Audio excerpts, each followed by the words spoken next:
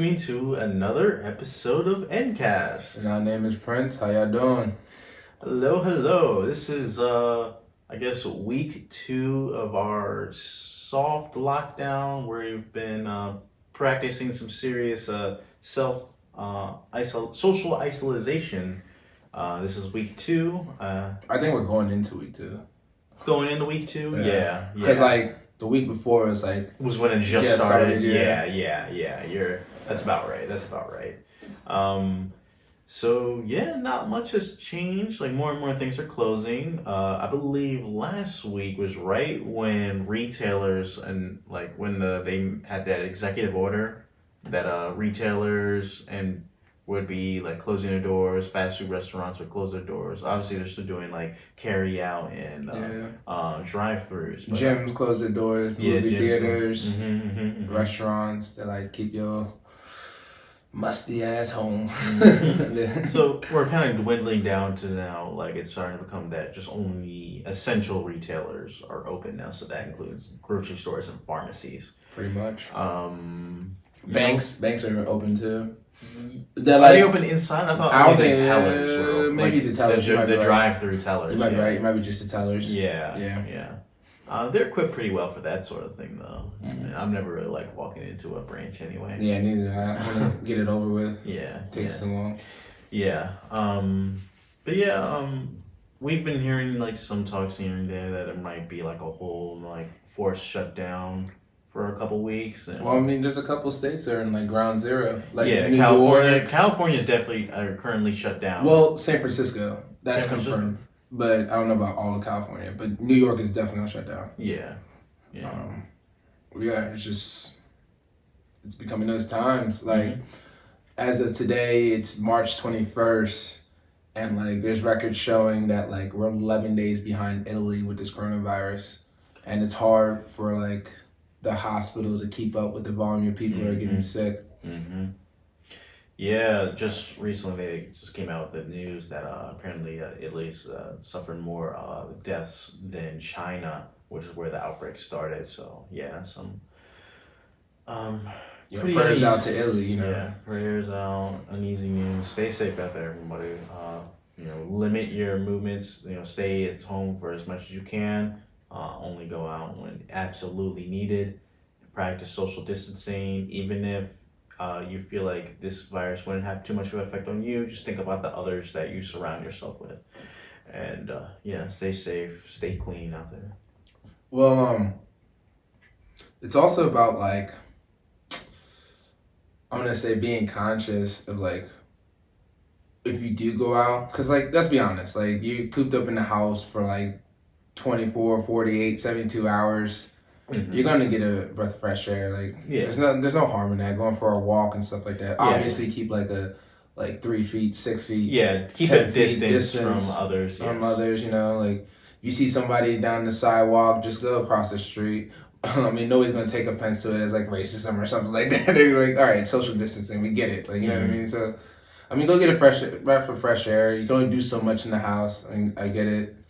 I go out just to sit out on my front porch, just to enjoy the good weather. It was 60, 70 degrees. It was 75 degrees yesterday. You know what I'm saying? So it's just enjoy the weather.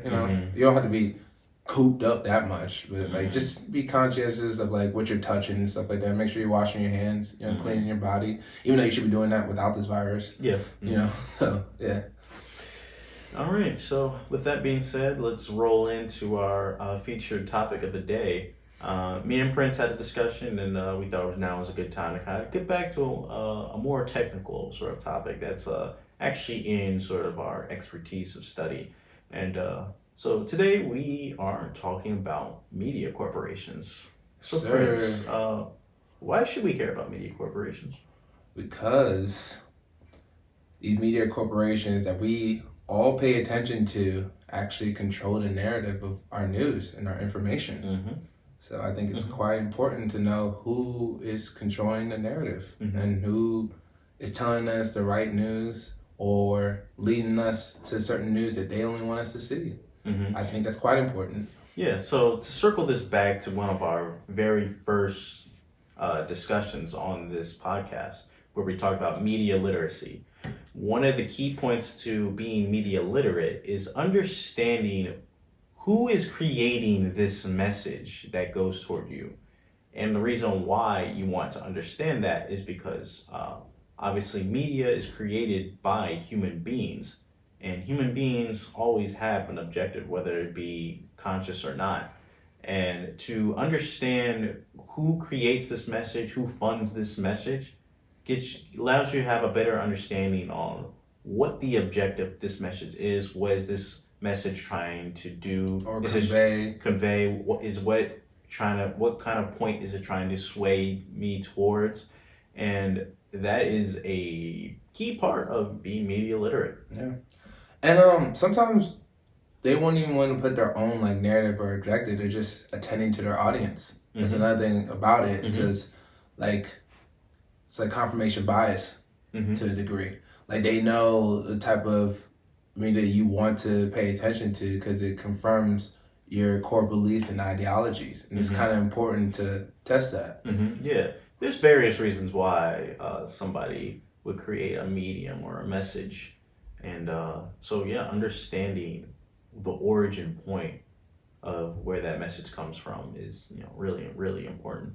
So, and sometimes, also, I want to mention like these major corporations and their owners kind of regulate what news or narratives are allowed to be displayed to the public and which ones they try to steer away from, because they want to know, they not want to know, but they want to project certain messages out to the public, and it might be for their own objective or it might be because of importance. There's many different variables why they would portray that to the audience.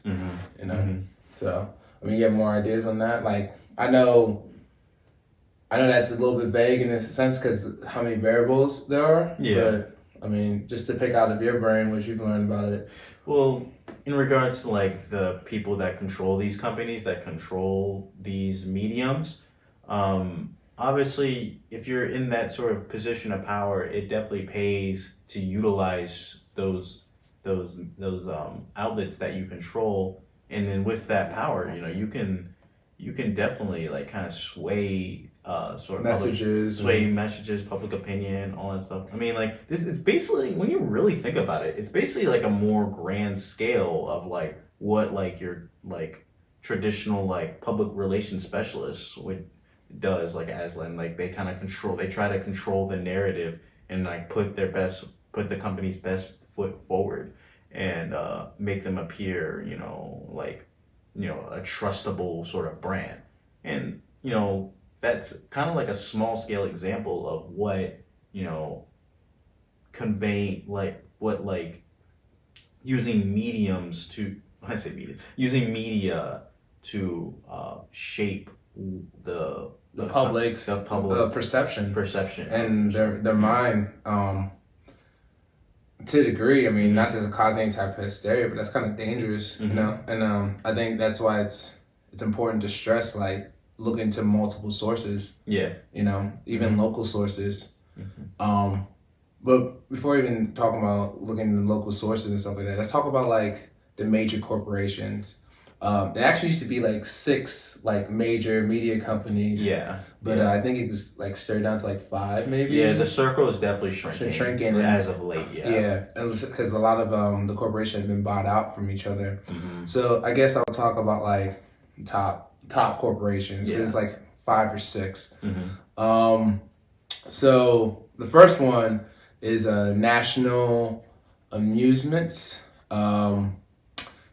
They are like the top organization, but they're also well known for CBS corporations. I guess a lot of people know about CBS. And then under CBS, it has conglomerates like Showtime, Smithsonian, NFL.com, Jeopardy, 60 Minutes, etc. And then you have News Corp. Now, the thing about News Corp is they got bought out by Disney, which we'll get to in a little bit. But before they were bought out by Disney, their conglomerates was Fox News, Wall Street, New York Post. And then you have Time Warner. And everybody knows that, well, not everybody, but a lot of people will know that Time Warner is the conglomerate under them is CNN. Yeah, CNN. Mm-hmm. Yep. And then under that is HBO, Times, Warner Brothers. And then we were just talking about before, Disney. Now, Disney has a lot of control. A lot of control. They have a lot of money in their industry. And the conglomerate under Disney is ABC Corporations. And then the conglomerates under that is ESPN, AMC, A&E, etc. And then under them, so here I think they rebranded because it's GE. That's the corporation before, but I think they rebranded to Comcast. I think that's the major corporation. I could be wrong. You can do your own research about that, but I'm pretty sure the corporation's Comcast now, and that's the brand. Yeah. And the conglomerate under that is NBC. Mm-hmm. Comcast is especially powerful because they're also an ISP, internet service provider. Yes. Comcast. And they're really into streaming. Yeah. So they're very important, just like Disney. Because Disney is really like getting into the streaming wars with Netflix. Yeah. A lot of people noticing that, obviously, especially from last year and the beginning of this year. Mm-hmm. And then also the conglomerates under Comcast is NBC. And under them is Universal Pictures, Focus Feature, and etc. So who are like the people who are funding these major corporations? You know, Brian? Do you know the people who are funding these major corporations? The actual names or like the term? I mean, can you think of a name or two? I mean, I have 3 major names that I could bring up, but the ones that you just so isn't Bob Iger the CEO of Disney? Yes, sir. Okay. Yes, so he didn't retire. A lot of these men are over 70, 80 years old. Yeah. Like he said, Bob Iger is the owner of Disney, and then you also have like monologues and millionaire investors such as Rupert Murdoch, George Soros, and who's actually kind of brand new into the field because of Amazon, Jeff Bezos. He just bought out the Washington Post. So if I may add a little tidbit about Amazon, Amazon's like in this unique position that they are known as like a tech company / e-commerce. And they really like kind of recently just kind of brute force their way into like the whole medium distribution sort of business side. And they've been making a splash because, they obviously have like their own Amazon Prime Video, which in itself is like a competitor to Netflix. Streaming wars again. And they also own the Washington Post. Yeah. Or Jeff Bezos owns Jeff Bezos owned it. He purchased it in 2013 for like $250 million. Like, yeah, he's just like Brian said it himself, like it's brute force with money power. And I mean Amazon and also Netflix as well. Netflix is also like a tech company, like known for their streaming. But they're not doing like what Bezos is doing. No. But they are considered. You're not wrong. They're media. Media. They are considered like a top tier sort of like media distribution. The difference between Netflix and these other corporations is more so options.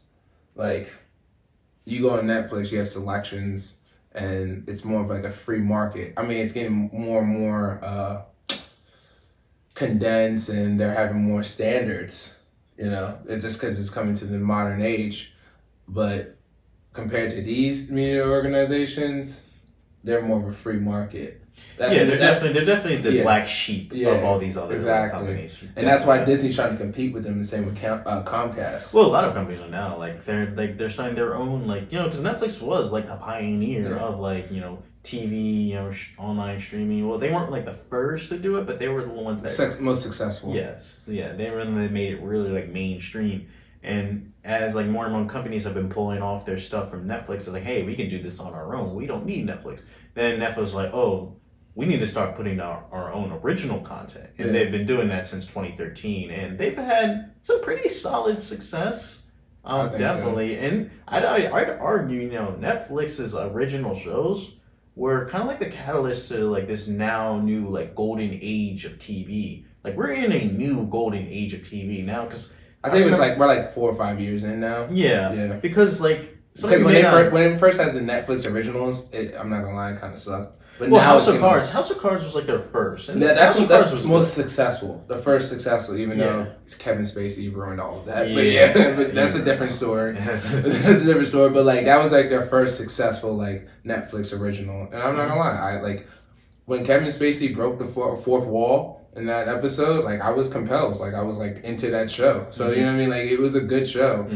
But like I said, like some of you may not realize this, but like when I say golden age of TV, like you have to understand, like just 10 years ago, if you were like a top billing actor, you couldn't be caught dead doing TV shows. No. Films, feature length films. They wouldn't even think about doing Netflix shows. No. Not just Netflix shows, just TV in general. Like they're just like, no, I'm not doing that. I do films. Like I don't do TV. I'm not small time like that. Yeah. But now, like come correct. You know? But now, like that. Things have changed very much. Now you could get paid for doing TV shows just as well, if not better, than like even like the top billing like Hollywood films. And it's been, I think, a change for the better because TV is just more. It's this is a personal bias for me, but like telling stories via a TV show just feels more satisfying than telling stories via a film. Because I love films. Like being invested in a TV show just feels more rewarding because it's like you're really diving deep into this story. But the story has to give some sense of realism. Like people, you gotta think about the times. Like a lot of like program TV shows try to give that like sitcom setting, and the sitcom setting is in the wrong generation. It's gonna fail. Like the most people who watch sitcom, I honestly believe, like if you look at Nelson, like data.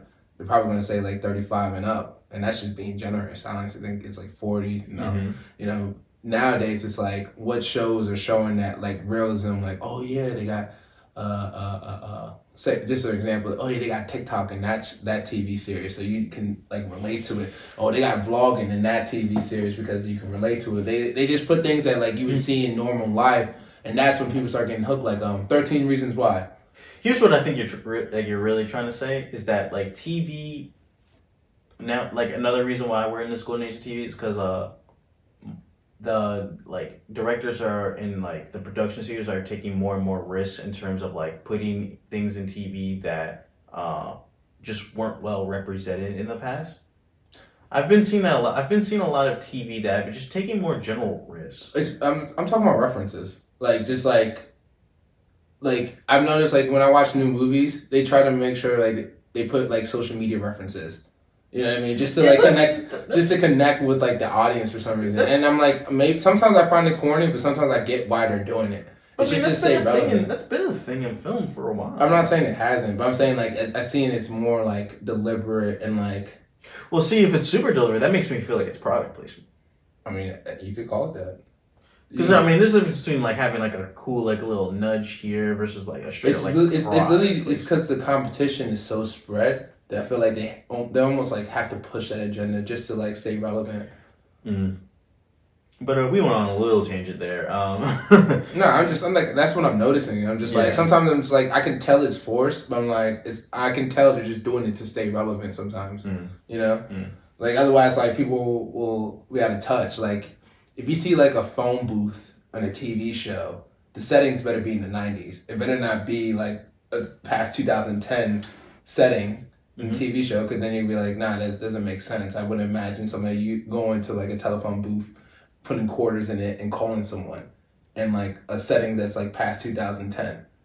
Does it make sense? Yeah. I mean, I don't see that often like in a show that's supposed to take place in like modern times, but because it like ironically uses like old technology or like old references, like the director wouldn't do that. Like it wouldn't make sense. That's what I'm saying. Like they put references on purpose to keep it relevant. You know what I mean? And that's what I mean. The sense of realism. Like I feel like our generation, like sitcoms, they only have certain settings. It's like for instance. So what are you trying to say is like the concept of a sitcom. Like is now outdated. It's almost pretty outdated, or like the older generation like it because of nostalgia. It's nostalgia purposes. Nostalgia purposes. Yes, exactly. Yeah. Definitely. So I get it, but at the same time, it's like they gotta find some. But then you think about it this way, like But then like most like modern shows nowadays aren't sitcoms. Like, Yeah, I mean, that's what like, I'm saying. They're I not. mean, like They're the not going most to. like what's the most you know what was the most popular show these past like few years? Game of Thrones. Yeah, like that's true. And that is a high dark fantasy battle royale. Like what 14th century or whatever. Yeah, but that's the setting. Like they match the setting. You know what I mean? Like that's what I'm saying. You can't. Well, same for my example about the telephone booth. You can't have that in like a show that's like past the settings past 2010. That makes sense. Like it wouldn't make sense. But the Game of Thrones, you're expecting it during the Viking ages. Well, it's a high fantasy. Yeah. So it's like medieval inspired. Yeah. Well, I say inspired because it's not actually medieval. Yeah. Like it's a lot of fiction behind it. Obviously, like Dungeons and Dragons and that. But anywho, I actually wanted to talk about, because we've been kind of going on, like, talking about these big companies and like how they can use the media to kind of control public perception. I wanted to reel it back to something that's not as like dark and talk about other reasons why understanding the creator of a medium and a message, understanding like where it comes from, just helps you have like more of a appreciation for their work of art. So for example, like understanding, like reading a book and then like learning about the author and understanding how their life inspired their work. Understanding, the creator gives you a new perspective. Yeah, it does. I do that too. On their work. Yeah, it does. Because it makes you like appreciate their writing style. Like I'm reading this book, Your Comeback by Tony Evans, and like I did some research about it, and it's just like, I mean, it's a little bit of a religious book or whatever, but like I like the book because of its concepts and like the stories he tells behind. Like he started off with like the Apple company story and like I can't even think of his name right now. Steve Jobs. And like his like, he lost a lot of portion of his company. Yeah. And stuff like that, and like how he came back into it. Now, don't get me wrong, I have my own like personal bias about Steve Jobs, especially if you find out the type of man he was. But how he delivered the story, Tony Evans is such a great storyteller. Regardless if you're into religion or not, the way he conveys his message to the audience, the way he tells a story is so goddamn compelling. I know it sounded a little bit sacrilegious when I said that right there, but like it just keeps you into the story, and I find it very intriguing. You know what I mean? Like regardless of your views on religion and stuff like that, if you could just listen to Tony Evans, he has a podcast, or you could just read some of his books, you'd be like, okay, like I may not agree with his religious aspects, but this man knows how to tell a story. And like if you know how to tell a story, you'll be pretty successful in life, regardless of who you are. If you just know how to keep your audience compelled into that story. Because it's definitely a craft and an art. It's something you have to work on. Like definitely. Some people think it's like, oh, like this thing is really interesting. Once upon a time, a beginning, a climax, and an end. Nah, man. Like you think like regurgitating like an interesting situation like makes a great story. It's like no, like there's actually like mechanics that go into like conveying that story to somebody. And I've actually been working on my storytelling like skills for the past like I'd say like 8 months. It takes time. Tony Evans is in his 60s. Yeah. You know what I mean? That's almost a lifetime for him. You know what I mean? Like it takes, or it's like late 50s, 60s. Like it takes a lifetime. Yeah. You know what I mean? And you have to go through like you also when you tell stories, you have to go through certain experiences in life. That's another thing. Yeah, most 100%. Like you can't make great stories just sitting in your room. Like you have to go out and experience life. And that's why like when you see young comics, I know this kind of like derives from like a little bit of our topic, but a lot of comics are storytellers, are good ones. And when you see young ones who are really good, it's kind of like interesting because it's like what type of life. I'm under 30, so like I'd probably be like a little bit like on that side, but like when you see young comics, it's inspiring because like they know how to tell a story, and it's like you're under 25. Under 30, and it's like, what experience do you really have? If anything, you're living your experience right now. You know what I mean? And I don't know. I find it very interesting. Like people like our age who are really good storytellers, because it's like, wow, like you really were working on your craft. That means they were really passionate about what they're doing. Most definitely, yeah. So. Want to go into closing thoughts, or did you have more to discuss? What little I have, I'll put in my closing thoughts. You want to go first? Yeah. So I mentioned earlier about like looking into multiple sources. I highly recommend it. These like major corporations, they do have their own agenda.